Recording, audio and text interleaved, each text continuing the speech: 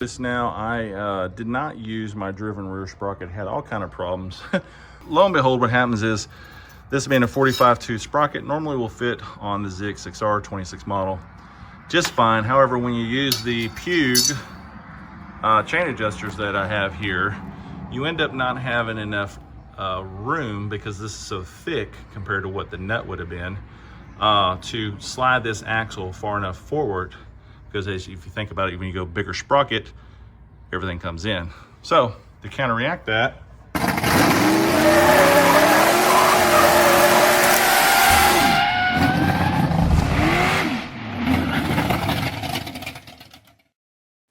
hey, thanks for watching the channel here at TJR Sim here. If you want some discounts on some awesome sim racing products, check out my link tree here in the description. Discount code for everything that accepts discount codes is TJR Sim. Discount code TJR Sim. Thanks for watching. See you later.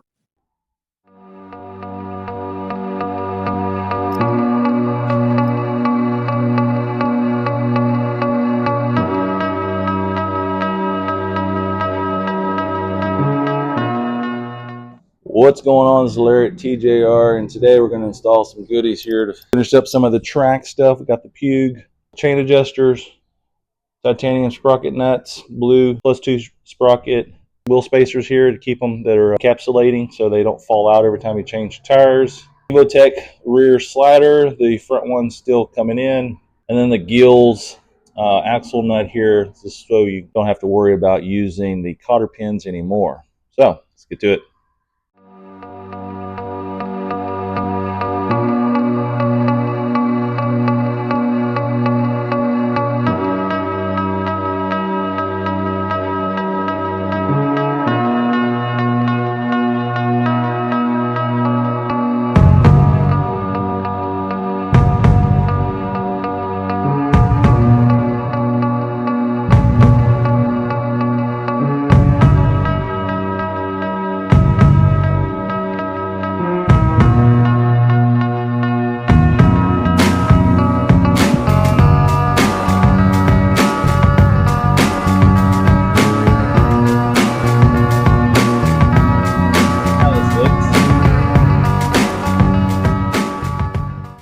Oh man, I thought I was recording it. Anyway, I didn't record that part. I thought I hit record, but anyway, you just roll the wheel out, pop the axle out, pull the caliper off here, which it just slides in to a little crest right there. Oops, right there. Let me get in here. Attaches with this stem right here. This to slide it, so it just slides in like that. If you're curious, pull it right out. Hang it down here on the side. Put me a little towel down. Not too hard to pull this stuff off, right?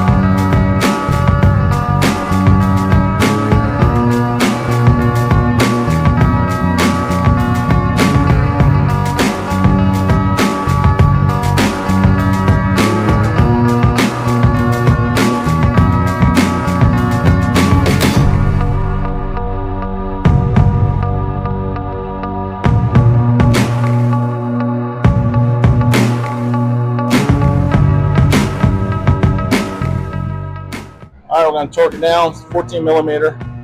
It's just, supposed to be torqued to 44 foot-pounds. What is it? Oh, no, that monster stuff. Crisscross applesauce. All right, so around, double check it. Cool. Looks way better. Now we'll go ahead and put in the captured bearings, match them up. Got this big in here. It'll be this big in here. It's technical terms. Big in. See here, same height. This is the portion that goes down. Oh, it's pretty greased up in there actually. However, add a little light coat to it. Look at that, that didn't come out. All right, bearing one. Oh, okay. Got this side here. Should be this one here. These are also a lot lighter. About the same. A little bit lighter. Anyway, same thing. Captured that. Goes down. Oops. Perfect. Alrighty. That's it for there. What's up, Buttercup? What? I don't know actually. Maybe. Said it was what? Alright, here's the instructions for the Puig adjusters. Comes with its own little screw. Got the adjuster itself. And you'll adjust it afterwards with a lock and screw on the bottom. Pretty easy, I guess. First, I'll have to pull this one off. Get a 10 mil, and I think it's 2 10s actually. Alright, it's a 12 mil actually.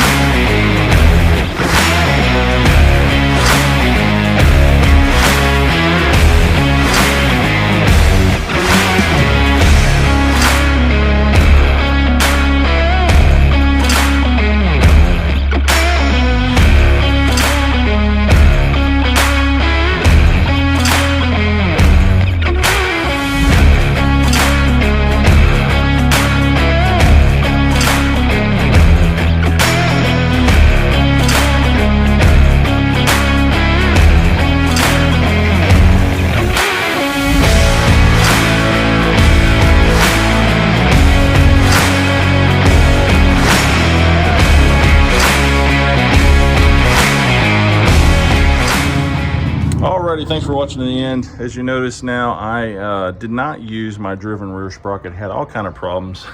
So I just turned off the camera to figure out what was going on. But lo and behold, what happens is, this being a 45-tooth sprocket, normally will fit on the ZX6R 26 model just fine. However, when you use the Puig chain adjusters that I have here, you end up not having enough room, because this is so thick compared to what the nut would have been, to slide this axle far enough forward, because if you think about it, when you go bigger sprocket, everything comes in.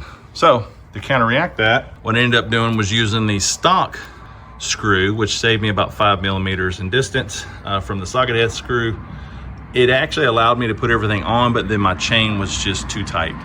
So I went ahead and took it off, of course, as you see, and ran the stock sprocket, used the titanium nuts, and have everything adjusted out just fine. Now, one nice thing about this adjuster is that when you adjust, say, get in there, that little line there, 5, 6.5, all you gotta do is put the other side at 6.5. It's funny though, this bike fights me sometimes along the way, but 6 didn't work and 7 didn't work on both of it. It just gave it a little bit too tight. However, but anyway, that was the setting I ended up going on the other side. You do it by adjusting this adjuster here. You gotta use the wrench on this side, but on the other side, you can use it by hand because this is pulling the wheel mostly, and then the other side you're just straightening it up, making it straight, right? And then after you get it set, you'll want to put some Loctite on this one and then screw this one on down to keep this adjuster from moving around, which it shouldn't, but you mainly don't want to lose the screw either. What else? So I did notice on this Puig here, and the through hole on this black piece is wide enough for, of course, the shaft, the axle shaft to go through here. But on the nut side, or on the threaded side rather, the other Puig is, or the black adjuster here, is downsized to where only the threaded piece will fit through there. So take a note before you go put them on, decide which side you want to put your axle on, because it really doesn't, your axle nut, because it really doesn't matter. But as long as you, whatever's the smaller hole is the side you're gonna put your axle nut in. I kept it in the stock location. But like boost, I had to reverse it on the other side. But anyway, I digress. Also, let me see, with these adjusters here, with the gills, sprocket nut, titanium nut as well, since I have it set to where I want it, I will just tighten this down to add some tension.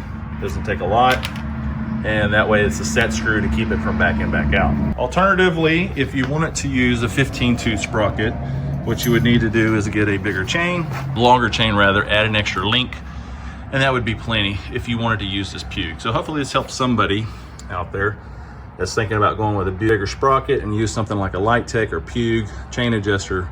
I went with, of course, using this as it is now, because this is a little more handy than having just a little bit more pulling power on the track right now. What I'll end up doing was getting a either a blue or black chain for the bike and just add a tooth. I could go drop one tooth in the front, which then would extend the axle further back, and that could do that. So if you wanted to go -1 and +2 in the rear, you could still use the Puig and be just fine without adding extra links. However, I'm going to keep the stock one because it's going to be pretty aggressive with the +2 on this bike, I think, right now. I don't know, we'll see once I get it on the track how I feel with this stock sprocket. I know I'm going to want the +2 even after a flash, so it'll pull a little bit up into the sweet spot quicker. All right, so with that said, once you get it adjusted, you can, of course, adjust your chain here up and down, get it to where you need it. Mine is at the minimum, basically. I expect I'll probably stretch it a little bit more, but I use this neat little Motion Pro. I never use these. I usually normally just use a tape measure and measure it, and it's kind of a pain in the butt to use a tape measure and eyeballing it. So what this is that you slide this on your chain. So if I can do this one-handed here. So into a spot, and this little sleeve here raises up and down. So you want to want to, with your other finger, slide that up against your swing arm, take your thumb, nail, and just slide this one back down. Now you're at 0. Now if you push this all the way up and then back down to where it was in the resting spot, and then of course move it back up against your swing arm, which will show you, as it drags that piece up, which will show you we got 35 millimeters of slack, right? So perfect, that's what I want. 30 to 40 millimeters. Let me see. Yeah, 30 to 40. So pretty cool little tool to use. I actually like to double check it a couple times to make sure I'm getting the same results. And you want to, of course, put it in the same spot every time. So, all right, so that's it. Stay tuned for more. I'll order a new chain on there and back with that sprocket. I got a flash tune that will be coming eventually as well, but I'll do it after the first track day. All right, thanks for watching. I hope this was helpful. See you on the track. I'm out.